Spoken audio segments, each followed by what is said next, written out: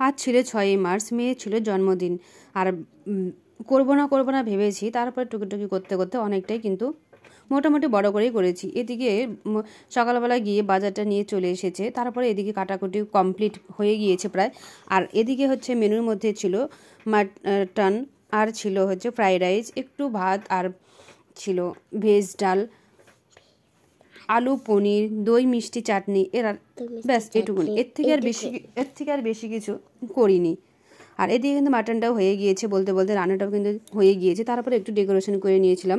ডেকোরেশনটা একটু দেখিয়ে দিচ্ছি কেমন হয়েছে, অবশ্যই কিন্তু কমেন্ট করে জানাবে। আর ভেতরটা চলুন একটু ভেতরটা ভালোভাবে একটু ঘুরিয়ে দেখাই। আর এখনও কিন্তু লোকজন সেভাবে আসতে শুরু করেনি।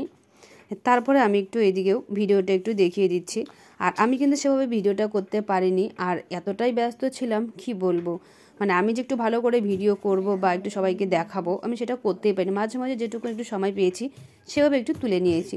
তারপরে এদিকে বার্থডে গার্ল রেডি হয়ে গিয়েছে, বন্ধু বান্ধবীদের সাথে খেলছে বেলুন দিয়ে। আর ডেকোরেশনটা কেমন হয়েছে সেটা কিন্তু অবশ্যই জানাবে। তারপর একটু ঘুরে ঘুরে দেখছে কি করবে না করবে।